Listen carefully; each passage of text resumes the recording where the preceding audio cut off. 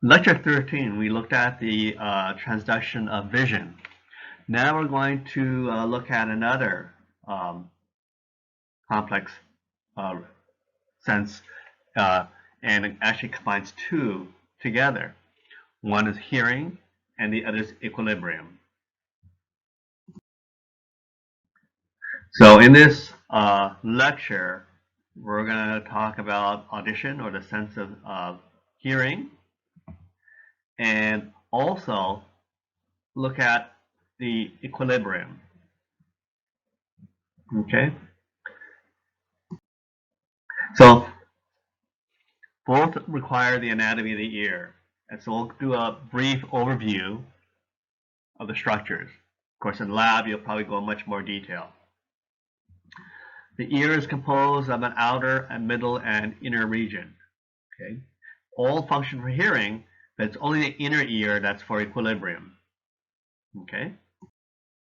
So in this diagram shows a picture of the separation of the outer ear, the middle ear, which is the smallest, and then the inner ear. Okay. The outer ear includes the auricle and the external auditory canal. Okay. The auricle is also known as the pinna. It's contained in elastic cartilage except for the lobule, and this is where you put your earring. Okay. So here's the auricle. Okay.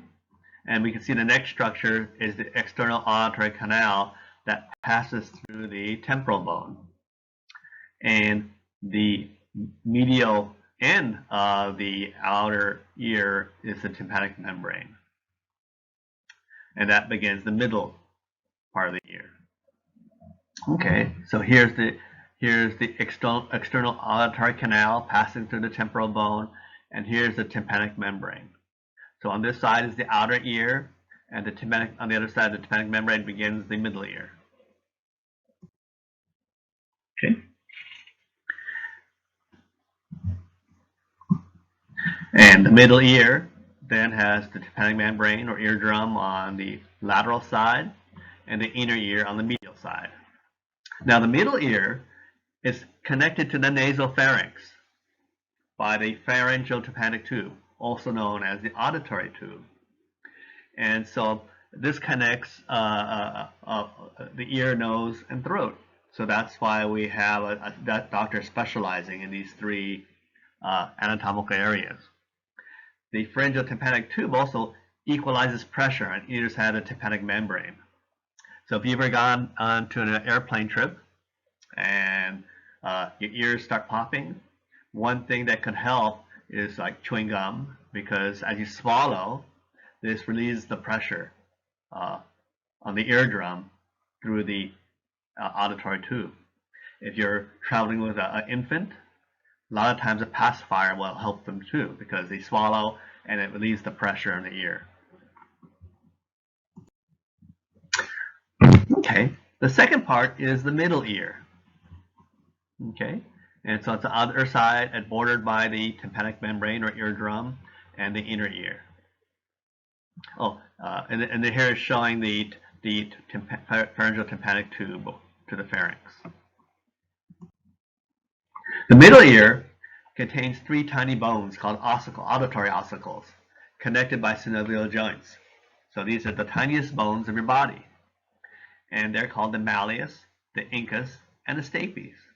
If you took a high school anatomy course or biology course, you learn them as the hammer, the anvil, and the stirrup. So the malleus connects to the tympanic membrane, and then the malleus then joins the incus joins the stapes, and the stapes joins to the oval window, which we'll talk in a few minutes. Okay, so here are the middle ear bone ossicles: the malleus, the incus, and the stapes. Okay, and the stapes covers the oval window. You cannot see it, but the stapes is right facing it. Then innermost is the inner ear. And the inner ear is unique because it has an outer bony labyrinth with an inner membranous labyrinth inside it, and both contain fluid. Okay. The perilymph is similar to extracellular fluid, and it's between the bony and the membranous labyrinth. Okay. The endolymph is similar to intracellular fluid, and is within the membranous labyrinth. So it's like a tube within a tube. And so between the two tubes, you have perilymph, and within the inner tube, you have the endolymph. And remember, the perilymph is similar to extracellular fluid, and endolymph is similar to intracellular fluid. Okay, so this is going to play an important role later when you look at action potentials in hearing. Okay, so in this diagram, we see both the outer bony labyrinth and the inner membranous labyrinth, and the fluid that contains with them. So in orange, we see the perilymph, and it's throughout the entire inner ear. And in blue, we have the endolymph. Okay. The inner ear has three regions: the vestibule, and the semicircular canals, and the snail-like cochlea. Okay, let's talk about the vestibule. The vestibule is medial to the middle ear and contains the membranous oval window, which we talked about. Okay, so in this enlarged picture, we see here the stapes abutting to the oval window. Okay, and this is on the other side, which contains the oval window, is the vestibule. Now, the vestibule contains two parts. One is called the utricle, and the other is the saccule. Okay, and so we see the one closest to the oval window is the utricle, and the one that's going to be continuous with the cochlea is the saccule. Now, the vestibule is important about providing information of your head movement and linear movement through the vestibular portion of the vestibular cochlear nerve, or cranial nerve 8. So it's the vestibulo-cochlear nerve. So there's two branches that form this nerve. One is the vestibular portion that provides sensations from the vestibule. Okay, so here we see the vestibular nerve and then the cochlear nerve, which we'll talk about a little later. And together they form the vestibular cochlear nerve, or cranial nerve 8. Now, another unique structure of the inner ear are the semicircular canals, because there are one in each plane. Okay, so the utricle is continuous to the semicircular ducts and enclosed within the semicircular canals. Okay, now each semicircular canal is at right angles to one another to detect rotational movement of the head in any plane. So this allows us to know where our head is in space, because there's one in each plane. There's an anterior semicircular canal, there's a posterior semicircular canal, and there's a lateral semicircular canal. Okay, and this is the right ear because the cochlea is medial. Okay, and there's the posterior semicircular canal, and here's the anterior semicircular canal, and the lateral one's the easiest one to identify because it's horizontal.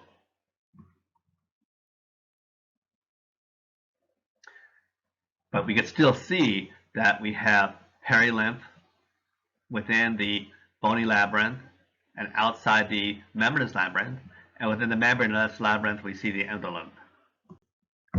Now, at the base of each semicircular canal, we have what's called a swollen area called the ampulla, and the ampulla contains the receptors for this dynamic motion.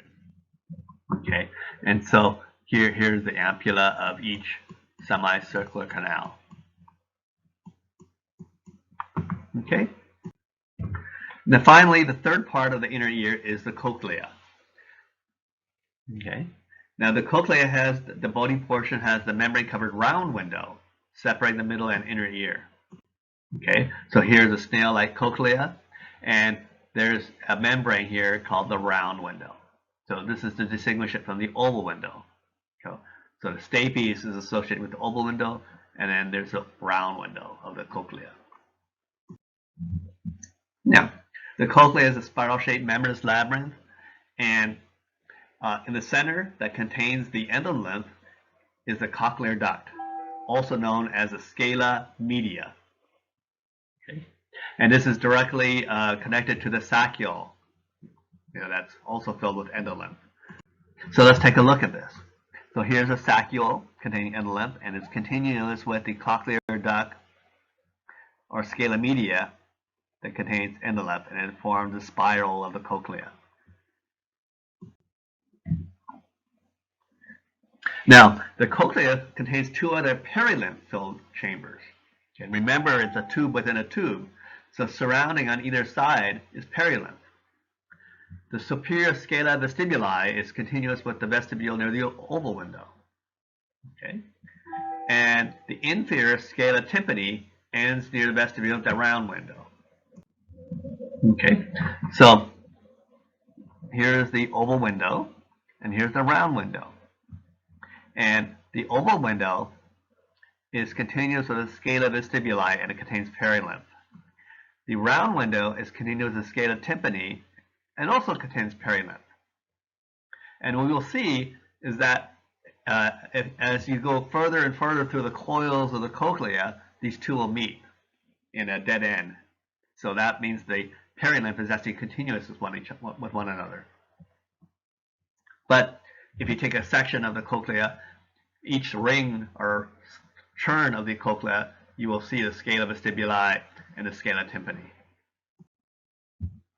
Okay, we have membranes that are separating these different spaces. The vestibular membrane separates the cochlear duct and the scala vestibuli. The basilar membrane separates the cochlear duct and scala tympani. And we're going to see that the basilar membrane is going to be containing the receptors for hearing, and it's going to play an important role for audition. Okay, so let's look at our cochlea again. Here's the scala vestibuli, here's the scala tympani, and here's the scala media or cochlear duct. Separating the cochlear duct and the scala vestibuli is the vestibular membrane right here. And separating the scala media and the scala tympani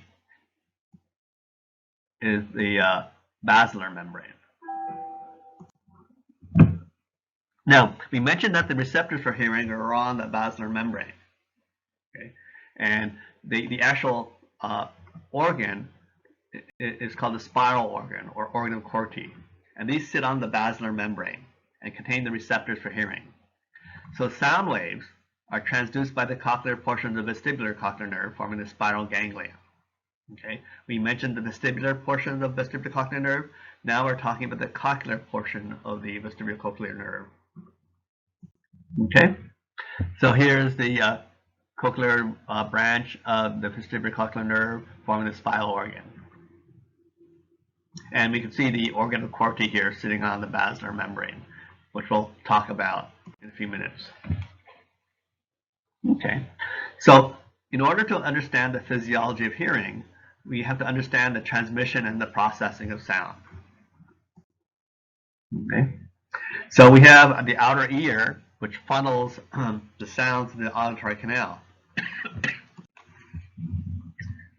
The sound waves strike the tympanic membrane or eardrum, which vibrates with the same frequency, so it's moving back and forth as it vibrates. This in turn causes the auditory ossicles to also vibrate to transmit this to the oval window. Now the question is, why do we need the middle ear ossicles? Well, these ossicles act as levers, as you learned from SCB 203, but what they do is they amplify the vibrations. Okay, because the tympanic membrane is so big relative to tiny little ossicles that they amplify the vibrations. Okay, so the question is, why do we need to amplify the vibrations? Well, because next we're going to be moving to vibrations in fluid, and it takes more energy to vibrate the fluid inside the inner ear. And so the amplification force increases significantly due to the force from the large tympanic membrane to the small oval window. Okay, so let's look this at each step. Step one, when sound waves strike the tympanic membrane vibrates back and forth like this, and these are transduced to mechanical energy to the auditory ossicles, and you can see by these little lines that they're vibrating. Finally, the stapes will push in, forcing vibrations in the fluid. Vibration of the oval window produces pressure waves in the perilymph of the scala vestibuli and I have a typo here, in the perilymph of the scala vestibuli and the scala tympani. Okay. Okay. And so you can see now that when we unroll the cochlea here to here, that we can see now that the scala vestibuli and the scala tympani are continuous with one another.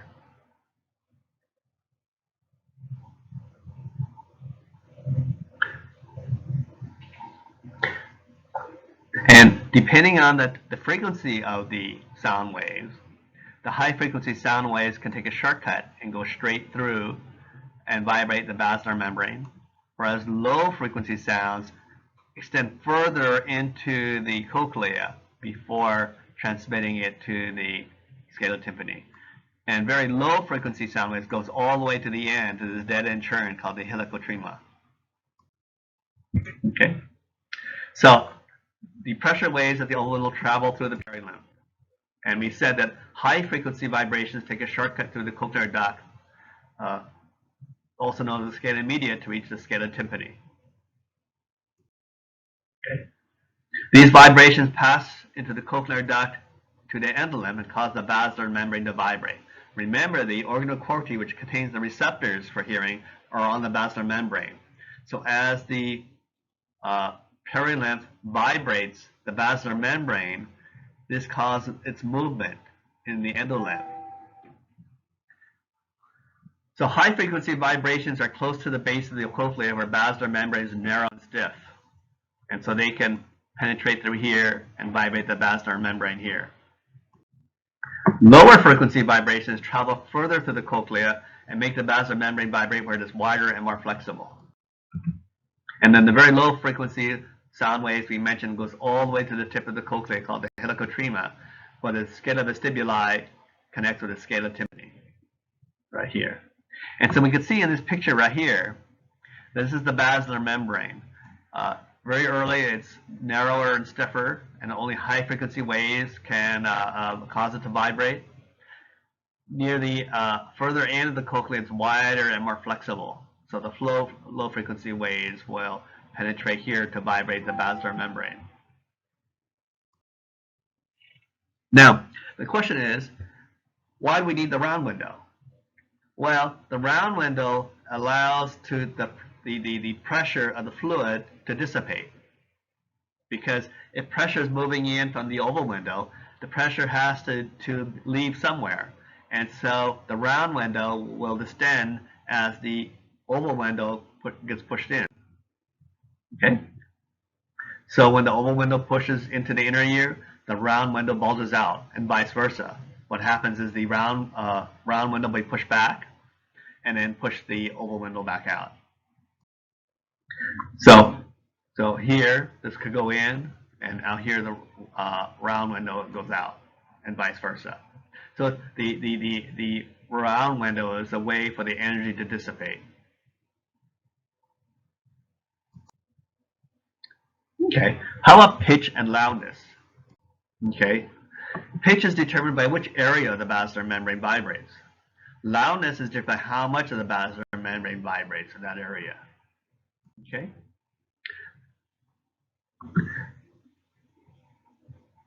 Remember, high frequency is earlier at the beginning of the basilar membrane. High frequency is further to the end of the basilar membrane. So how does the processing of sound occur at the spinal organ? Because remember, they became receptor cells, and the receptor cells are unique because they have hair cells. So here's in this inset shows the basilar membrane with the spiral organ or the organ of Corti sitting on it. Here's an enlarged picture of the organ Corti, and we can see that there are cells with hair cells on it. We have 3 rows of outer hair cells, and then we have a single row of inner hair cells covered by what's called a tectorial membrane. They're all sitting on the basilar membrane. And notice that the hair cells are not all the same size. The tallest one are called the stereocilia. Okay. So as we mentioned, the organ of Corti or spiral organ sits on the basilar membrane, and they're grouped in a single row of inner hair cells and 3 rows of outer hair cells. Okay. So here are the outer hair cells, and here's the inner hair cell. The inner cells are primarily responsible for detecting sound. Each hair cell has microvilli, known as stereocilia, that extend into the endolength of the cochlear duct. Okay, so remember the cochlear duct is filled with endolength. Okay, and so here's the inner hair cell. Now we mentioned that the stereocilia are arranged from tallest to shortest, and they're like little joysticks, and they can bend one way or the other when they join the cell body. And the reason why they move is because as the basilar membrane vibrates, the stereocilia will contact the tectorial membrane that's overlying them. Okay, and each of the stereocilia are connected by elastic filament called a tip link, so they all move in unison. So here's the tall stereocilia, and here are the shorter ones, and they're all connected together. So that one moves, they all move. And you can see the tectorial membrane, that as the basilar membrane down here is vibrating up and down, they will be stimulated by hitting the tectorial membrane. That's going to bend the stereocilia. Okay, so remember the tectorial membrane extends over the hair cells and presses them between the basilar and tectorial membranes. And normally the stereocilia of the inner hair cells do not touch the tectorial membrane. However, hair cells move to and from the tectorial membrane as the basilar membrane vibrates. Okay, so here's the tectorial membrane, okay, and here's the basilar membrane. As the basilar membrane vibrates, it's going to associate with the tectorial membrane. That's going to cause bending of the stereocilia. So let's look at the sequence of events when sound is transmitted to the spinal organ. The basilar membrane moves up toward the tectorial membrane, bending the stereocilia towards the tallest stereocilium. Okay, of course, the tallest one's going to touch first as the basilar membrane vibrates up and down. Bending of the stereocilia opens potassium channels that depolarize the hair cell. Wait a second. How can this happen? We taught you so far that it's going to be sodium that does these, that creates the action potentials. But why potassium? Okay. Remember, the endolength is like the cytoplasm. So there's going to be a higher concentration of potassium outside these cells. And so instead of potassium moving out to repolarize the membrane, potassium will move in to depolarize the membrane of the hair cell. So things are a little backwards here. Okay? So again, bending of the stereocilia opens potassium channels that depolarize the hair cell. Finally, the depolarized hair cell releases neurotransmitters, triggering action potentials in the axon of the cochlear nerve. And these action potentials extend to the cochlear nerve, to the spinal ganglion, to the vestibular cochlear nerve. Okay. Of course, there's also relaxation of inner hair cells. Okay. When the stereocilia bend in the opposite direction as the basilar membrane moves away from the tectorial membrane, they will relax. And the tip links no longer are stretched, and the potassium channel is closed. and hair cells hyperpolarize, stopping release of neurotransmitter, presumably due to sodium. Okay, that I'm not quite sure of, but it seems like it would make sense. Now, what about the outer hair cells? The outer cells are there to increase the sensitivity of the inner cells, hair cells. And the stereocilia of these outer hair cells also contact the tectorial membrane, right here.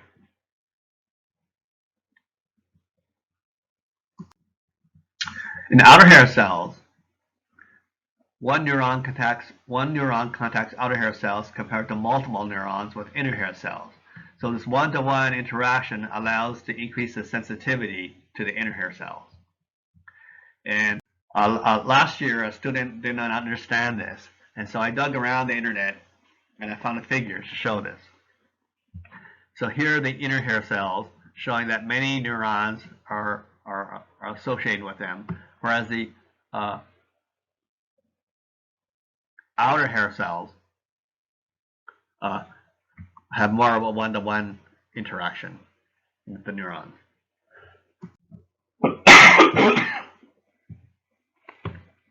Okay, let's look at the auditory pathway, how the neural signals travel to the central nervous system.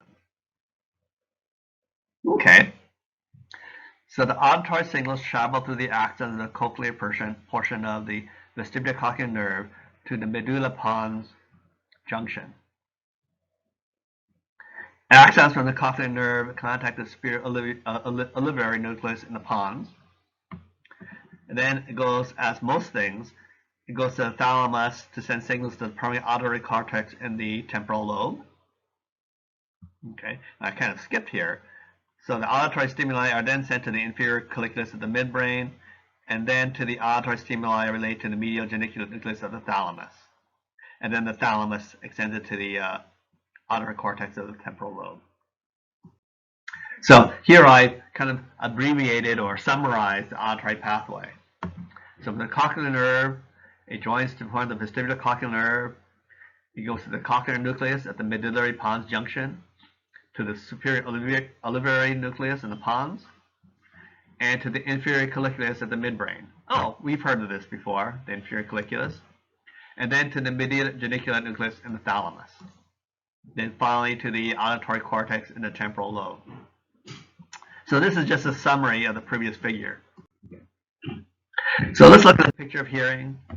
Okay, so then your textbook is very good at summarizing the step-by-step process that occurs in each of these physiological events. Okay, so remember, sound waves enter the outer ear to the external auditory canal, vibrates the tympanic membrane, the inner ear ossicles, and this causes the stapes to push into the oval window, moving the perilymph. High frequency sound goes directly to the scala tympani to vibrate the basilar membrane. Lower frequency ones go further out into the length of the cochlea.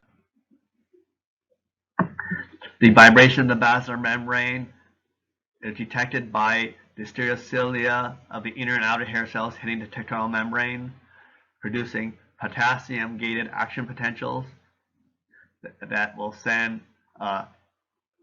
impulses to the vestibular cochlear nerve, okay, to the superior olivary nucleus, to the inferior colliculus, to the thalamus, and then to the primary auditory cortex in the thalamus. Okay, of course, as you can imagine, anywhere along this transduction pathway can produce problems, and the most immediate repercussion is some sort of deafness. And there are two types of deafness: conduction deafness and sensorineural deafness. And I'm not going to go into big significant detail. In the laboratory, you'll hear more about the different types of deafness. So conduction hearing loss is due to problems of the outer and middle ear. So somehow the sound waves aren't reaching the inner ear. So any problems here will cause conduction hearing loss. Sensorineural hearing loss is a deficit in any of the neural pathways or receptors. So the cochlea or the cochlear nerve to the CNS will produce sensorineural hearing loss. Okay, so that's all I'm going to talk about hearing loss. Okay, now let's switch gears and let's talk about vestibular sensation. Okay, vestibular sensation is a sense of equilibrium, and a vestibular sensation combines visual, proprioceptors, and the vestibular system. So it combines many of these senses together. Okay, and the vestibular system provides information about head position and movement, and it composes the other portions of the inner ear, the vestibule, and the semicircular canals. And there are different types of equilibrium. One type is static equilibrium. This is when you're maintaining balance when the head is tilted, so only the head is moving. Okay, so you can see what I mean by static equilibrium. The body is still, but the head can tilt to the left, go back, and to the right. Okay.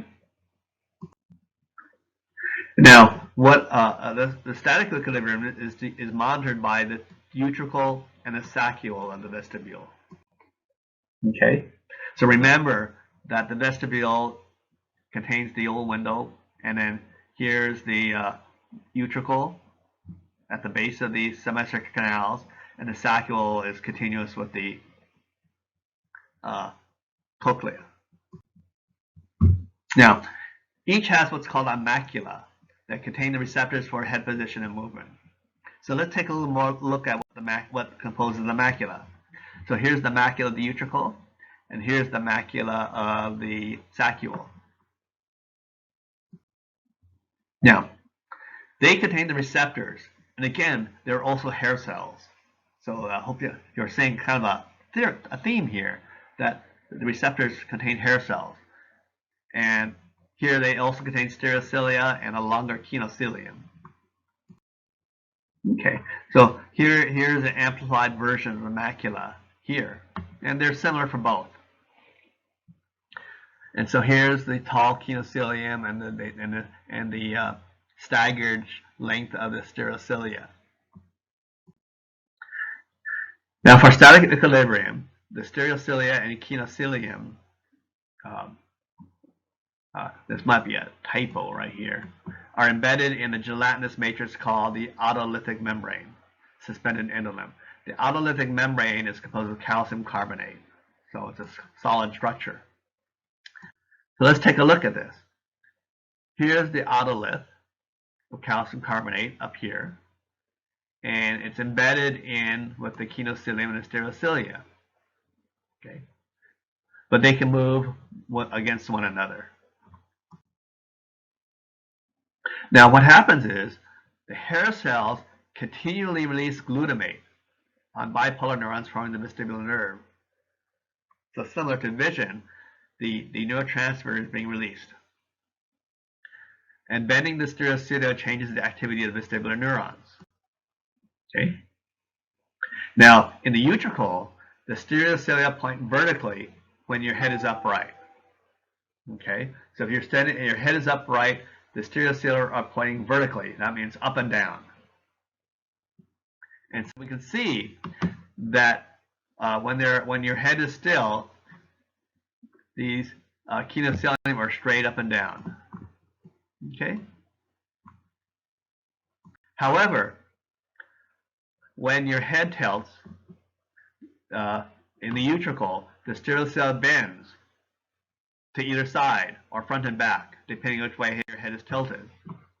Okay, so here's the head is tilted, and the head is toward the kinocilium. The hair cells depolarize and release more glutamate. Okay, when it's tilted toward the kinocilium. Remember, the kinocilium is the big one. So when your head tilts toward the big one, you get more depolarization and release of glutamate. However, when your head tilts the other way, away from the kinocilium, what happens is they hyperpolarize and release less glutamate. Okay. So the sacral and the sacral stereocilia are horizontal when the head is upright and stationary, and these bend in response up and down. Oh, before I leave the utricle, keep in mind that you have one in each ear. So in one case, one ear will increase in action potentials and more glutamate, whereas the other ear, since it's going the opposite direction, will decrease. The sacral, the stereocilia are horizontal when the head is upright and stationary. In this case, it bends in response to up and down movements. Okay, so what I did was, in order to make it more anatomical sense, I inverted the figure from your book. So now we see that the kinocilia are horizontal. Okay, and we see the otolith is up and down. So what happens is the sacral will respond to up and down movements. Okay, so if you move down, it goes down. If you move up, it goes up. Okay. So the head tilts, gravity pulls on the otolith membrane, bending the stereocilia. Okay. If the stereolia bends toward the kinocilium, the cells depolarize, more glutamate is released, increasing action potential of the vestibular nerve. Okay. So here, as the stereocilia bend toward the kinocilium, the hair cells depolarize and release more glutamate. Okay. Of course, your book doesn't show you a picture of someone going up and down, so you have to pretend this is going up and down. As the stereocilia bend away from the kinocilium, it hyperpolarizes hair cells and less glutamate is released. And action potential is reduced to the vestibular nerve. Okay, so you can see there's less action potentials here, while there were more action potentials here.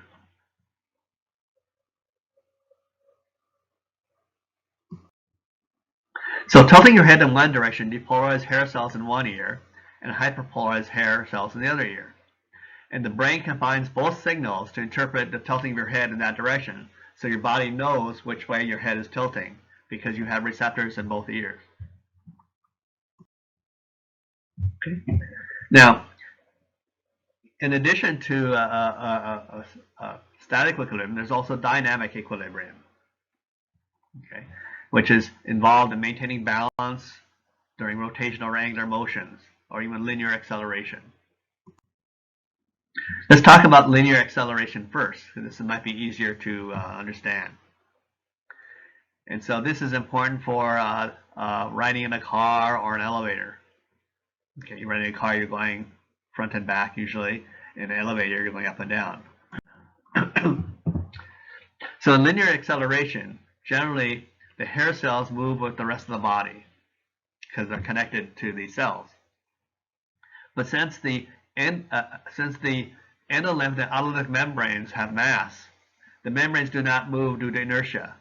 So the hair cells move first, then followed by the endolymph and autolymphic membranes. When movement stops, the hairs stop with the body, but due to inertia, the endolymph and autolymphic membranes continues movement. And this is what causes bending of the stereocilia that's altering glutamate release. Okay. So which one is between the utricle or sacral will be altered when accelerating in a car? Okay. Or riding an elevator. So the utricle, since it's the hair cells are normally up and down, they will be stimulated when accelerating in a car. The sacral, however, since they're at rest, they're horizontal, and they'll be stimulated by up and down movements like an elevator. Okay, let's look at another type of dynamic equilibrium called angular or rotational movement. Okay, an angular rotational movement involves the semicircular conducts, and now it might make more sense why there are three of them in space: the anterior, posterior, and lateral. Okay, so here's our picture of the semicircular ducts. Okay, and we know that they're three different planes, and each is connected to the utricle by a swelling called the ampulla that contains the receptors. Okay, so here's the ampulla of each semicircular duct, and here is the receptors in the ampulla. And it's very similar to that of the macula. Hair and supporting cells called crista ampullaris are in each ampulla. Okay? Hair cells have a stereocilia and one kinocilium, and embedded in a gelatinous mats called the cupula. So the crista ampullaris functions similarly to the macula. So here's the picture of the crista ampullaris. You have the hair cells, and they're embedded into this gelatinous cupula. And they have a kinocilium and also stereocilia. So what happens during angular and rotational movement? When you turn your head, the endo-length lags and pushes on the cupula. Bending of the stereocilia alters release of glutamate, and this changes activity in the vestibular nerve. So this is very similar. Okay, so here, rather than tilting, your head is turning. Okay, so what happens is when the head turns, the hair cells move with the body or with the head, and as a result, the cupula and the endo-lymph lag behind, bending the hair cells. Okay, so when the head turns one way, you'll have an increase in action potentials. When the head stops turning, the hair cells bend and alter release of glutamate. This has the opposite effect on glutamate release and activity on the vestibular nerve. When the head stops turning here, then the cupula will then bend the kinocilium and stereocilium. So here's kind of a summary of static versus dynamic equilibrium.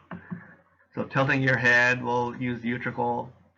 Up and down movements will use the saccule, such as sitting up or sitting down.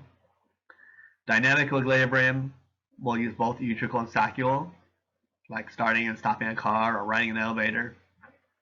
And angular motion or rotational movements will use the, like you're spinning in a chair, will involve the ampulla. Of course, you can have a combination of any of these movements, and then they'll affect all of them. Now keep in mind that you have semicircular canals and ampulla in both ears.